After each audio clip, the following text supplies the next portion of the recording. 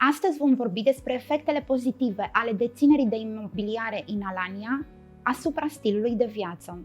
Alania atrage atenția nu numai prin plajele frumoase și clima sa caldă, ci și prin viața culturală bogată și oportunitățile sociale. Când deții imobiliare, devii parte a acestui stil de viață unic. Voi oferi informații despre viața socială dinamică a Alaniei, evenimentele culturale, restaurante și oportunități de shopping. Vom examina de asemenea avantajele practice ale locuirii aici, cum ar fi confortul transportului și sănătatea. Alania este un oraș cu o populație de 380.000 de locuitori. Populația medie este destul de tânără. În ceea ce privește locația sa strategică, este sub forma unei peninsule mici, în zonele de coastă ale Mediteranei. Alania, de-a lungul istoriei, a servit ca un castel important în Marea Mediterană pentru imperii precum roman, bizantin, selciuc și otoman.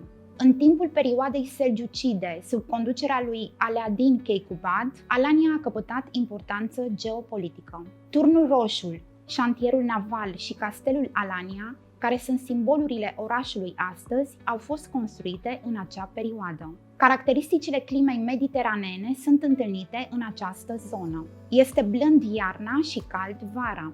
Deși are o cotă de 9% în ceea ce privește turismul, are o cotă de 30% în ceea ce privește achizițiile imobiliare de către străini în Turcia. Este un district așezat în câmpia Pamfilei, de-a lungul coastei sudice a Anatoliei, cu munții Taur la nord și Marea Mediterană la sud. În limitele rivierei turcești se întinde pe o suprafață de 70 de kilometri de-a lungul liniei de coastă. Există diverse opțiuni de cumpărături în multe locații. Puteți accesa cu ușurință delicatesele culinare din multe țări ale lumii. Aveți alternative aproape nesfârșite pentru divertisment. În ceea ce privește sănătatea, există multe spitale. Există multe locuri precum peșteri, ruine și biserici vechi. Există multe râuri și în jurul acestor râuri sunt locuri unde puteți face un picnic și multe restaurante de unde puteți obține serviciile lor. Alania este orașul unde soarele zâmbește.